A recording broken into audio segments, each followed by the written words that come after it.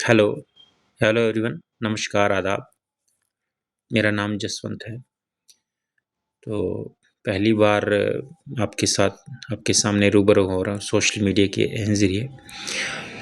तो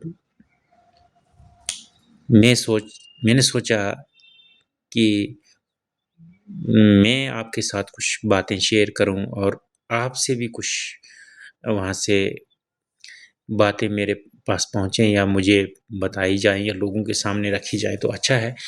क्योंकि मैं रेवेन्यू से हूँ, तो मैं रेवेन्यू के बारे में ही जानकारी लेना भी चाहूँगा और जो मुझ में है वो आपको देना भी चाहूँगा।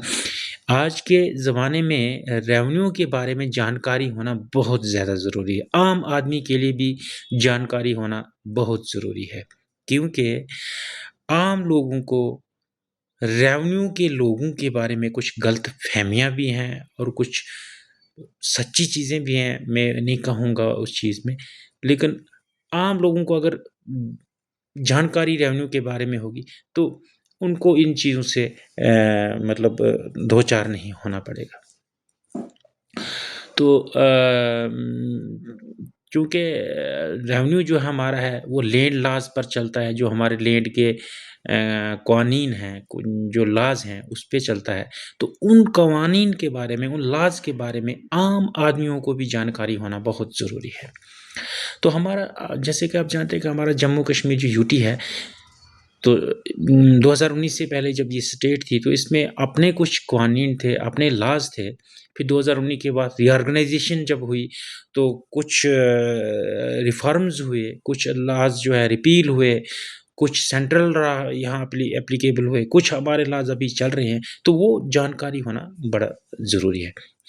तो सबसे पहले हम हिस्टोरिकल बैकग्राउंड पे जाएँगे कि हमारा जे-एंड-के का जो हिस्टोरिकल बैकग्राउंड लॉज़ के बारे में है, वो क्या था? देखो, हमारे जे-एंड-के में शुरू से ही जो लैंडलॉर्ड लोग थे ना, जो जिन लोगों के पास बहुत सारी ज़मीनें थी ना, वो उन्होंने अपना एक मतलब राज बना के रखा था। वो खुद उस ज़मीन को काश्त नहीं करते थे, उन्होंने काश्त पे दे रखी थी ज़मीनें, आगे लोगों से काम लेते थे। लेकिन वो उनसे वसूली करते थे। वो फिर फसल के शेप में हो, किसी चीज़ के शेप में हो या फिर पैसे की शक्ल में हो, तो वो मतलब अपना आप को उन्होंने एक किस्म का राजा बना के रखा था।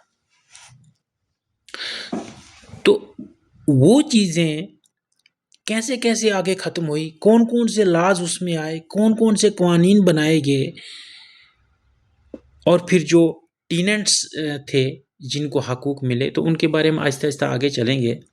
लेकिन थोड़ा-सा ये जानना बहुत ज़रूरी है कि जो उस वक़्त जो लैंड होल्डर्स थे, जो हमारे जागीरदार्स जिनको बोलते हैं, वो थे, तो वो उनका बड़ा प्रिविलेज था।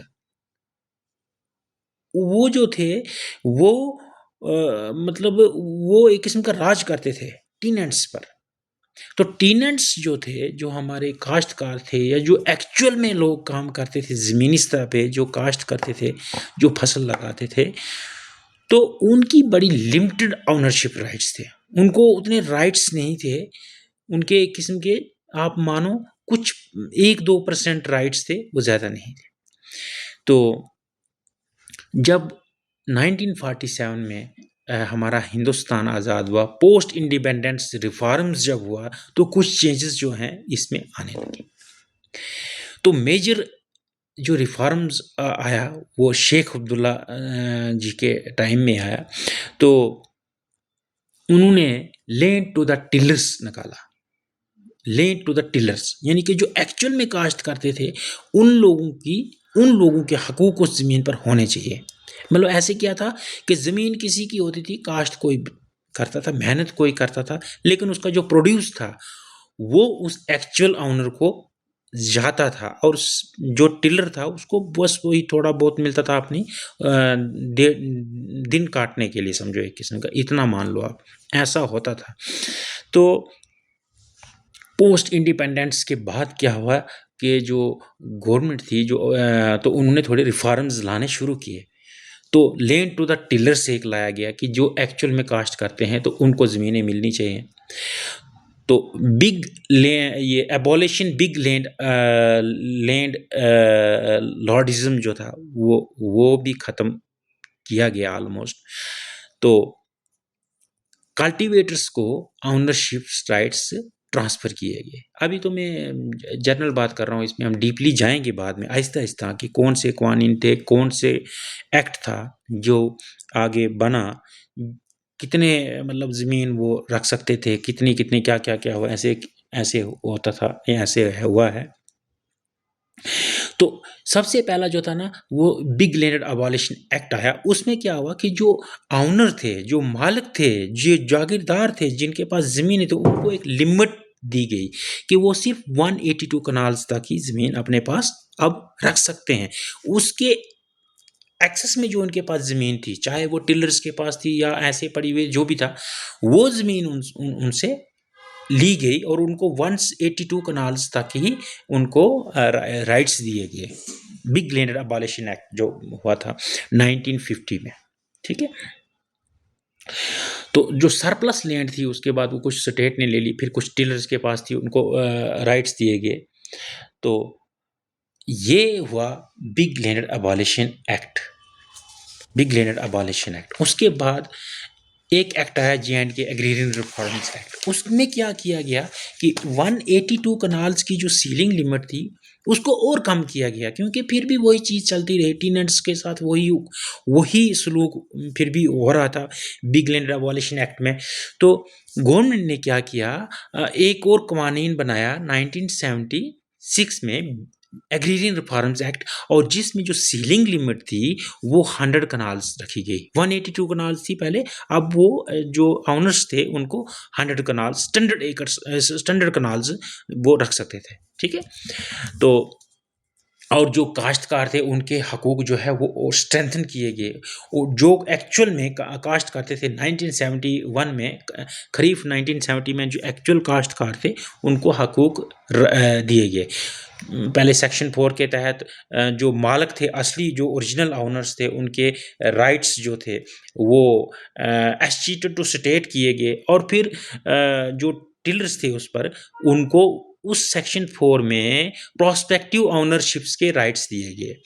तो फिर उनसे जब बाद में कुछ जो लेवी वगैरह कैलकुलेट की गई, लेवी उनसे जब वो लेवी भरते थे तो उनको फिर सेक्शन 8 में ओनरशिप राइट्स दिए गए। तो वो उसके ज़रिए जो हमारे काश्तकार जो लोग थे वो मालिक बन गए। तो 100 कनाल्स की सीलिंग इसमें रही, 100 कनाल्स की सीलिंग। तो मेन जो थे हमारे ये दो कानून जो थे, एक बिग लैंड अबॉलिशन एक्ट, उसके बाद आया J&K एग्रीरियन रिफॉर्म्स एक्ट। ये जो एक्ट थे ये प्योरली जो है टीनेंट्स के लिए ही बनाए गए थे, जो काश्तकार थे उनके लिए बनाए गए। तो जो एक्चुअल लोग मौके पर काश्त करते थे उनको बेनिफिट देने के लिए ये बनाए थे। उसके अलावा भी हमारे J&K में बहुत सारे एक्ट्स हैं, बहुत सारे ऐसे कानून हैं जो एप्लीकेबल हैं, और जो हमारे इसमें आगे मतलब जिसमें हमारा रेवेन्यू जो है वो पूरा चलता है। हमारे रेवेन्यू में सारे जो भी चीज़ें होती हैं वो उन कानून पर चलती हैं। तो उन पे हम वन बाय वन आगे भी डिस्कस करेंगे। आज थोड़ी सी शुरुआत की है, थोड़ा हेजिटेशन भी है क्योंकि पहली बार हो रहा है। तो मैं चाहूँगा कि आप लोग इसमें अपने कमेंट्स करें, अपने अपने राय दें। तो आगे हम और वीडियो बनाएंगे जिसमें हम डिटेल्स में कानून पर भी जाएंगे। और सबसे मेन जो हमारा जिस पे आज हमारा पूरा रेवेन्यू चलता है J&K लैंड रेवेन्यू एक्ट 1996, इसी पे हमारा सारा निर्भर है। तो इस पे भी हम इस टॉपिक इसको हम सेपरेटली अवॉइड करेंगे, हर मतलब एक टॉपिक जो है इस पे ही थोड़ा करेंगे। तो रेवेन्यू के बारे में जानकारी होना बहुत ज़रूरी है। रेवेन्यू का सबसे बुनियादी मेंबर जो है वो पटवारी होता है। हिरार्की अगर हम देखें तो पटवारी आता है, फिर उसके ऊपर गिरदौर आता है, गिरदौर के ऊपर नायब तहसीलदार आता है, नायब तहसीलदार के ऊपर तहसीलदार आता है, तहसीलदार के ऊपर आज तो असिस्टेंट कमिश्नर रेवेन्यू थे पहले, तो अब तो सब डिविजनल लेवल पे SDMs होते हैं। फिर उसके बाद एक और एडिशनल डिप्टी कमिश्नर है, वो भी रेवेन्यू के ही एक हिस्सा हैं, जो कि अपील्स भी सुनते हैं, कमिश्नर एग्रीरियन रिफॉर्म्स की भी पावर्स उनके पास होती हैं। फिर वो कलेक्टर भी हैं, उनको उनको कलेक्टर की भी पावर है और कमिश्नर एग्रीरियन की स्पेशली उनको पावर है, जबकि डिप्टी कमिश्नर्स को कलेक्टर की पावर है लैंड रेवेन्यू एक्ट के तहत। लेकिन डिप्टी कमिश्नर्स जो है उनको कमिश्नर एग्रीरियन रिफॉर्म्स की पावर्स नहीं हैं। फिर उसके बाद जो एडिशनल डिप्टी कमिश्नर्स जो अपील्स वगैरह जो डिसाइड करते हैं, या डिप्टी कमिश्नर जो डिसाइड करते हैं, उनकी ऊपर अपील्स जाती हैं। फिर डिविजनल कमिश्नर आते हैं, तो डिविजनल कमिश्नर्स की क्या पावर्स हैं वो भी हम आगे डिस्कस करेंगे। फिर फाइनेंशियल कमिश्नर जो है उनको भी कमिश्नर एग्रीरियन रिफॉर्म्स की पावर्स हैं, तो उनको तो सुपरवाइजरी पावर्स ओवरऑल भी हैं। तो इन चीज़ टॉपिक्स पर हम आगे बात करेंगे। तो आज मैं ज़्यादा क्योंकि वीडियो थोड़ी लंबी होगी, मेरे को थोड़ी एडिटिंग भी नहीं आती है अभी, तो मैं ऐसे राह ही उसको डालूँगा। तो आगे आगे थोड़ा थोड़ा सीखेंगे। हम रेवेन्यू लॉस पर बात करेंगे, हम रेवेन्यू के बारे में बात करेंगे। लोगों का डे टू डे मसले जो होते हैं, जमाबंदी, गिरदौरी, लोगों के सामने उनको पता नहीं होता जमाबंदी क्या है, गिरदौरी क्या है, म्यूटेशन क्या है। इन चीज़ों पे हम आहिस्ता-आहिस्ता जो है बात करेंगे, ताकि जो ये बातें हैं हर बंदे तक पहुँचे और उसको सहूलियत मिले कि रेवेन्यू के बारे में। तो मैं चाहूँगा कि आप लोग भी इसमें अपने कमेंट्स डालें, मैं भी अपना डालूँ। रेवेन्यू जो है हम सब लोग मिल-जुल के चला सकते हैं, तो इसमें लोगों का भी बड़ा हाथ होता है। रेवेन्यू ऑफिशियल्स का तो है ही है। इसमें जितनी ट्रांसपेरेंसी हम आगे लाएँ तो बहुत बेहतर होगा। इसमें जितनी ट्रांसपेरेंसी लाएँगे, लोगों तक जितने ट्रांसपेरेंट मैनर से, ट्रांसपेरेंट तरीके से ये चीज़ें पेश होंगी, तो लोगों को इसके बारे में जब नॉलेज होगा तो हमारा सिस्टम भी बेहतर बनेगा। तो हम इसी चीज़ पे आगे बात करेंगे। Thank you so much. अभी तक के लिए धन्यवाद, शुक्रिया।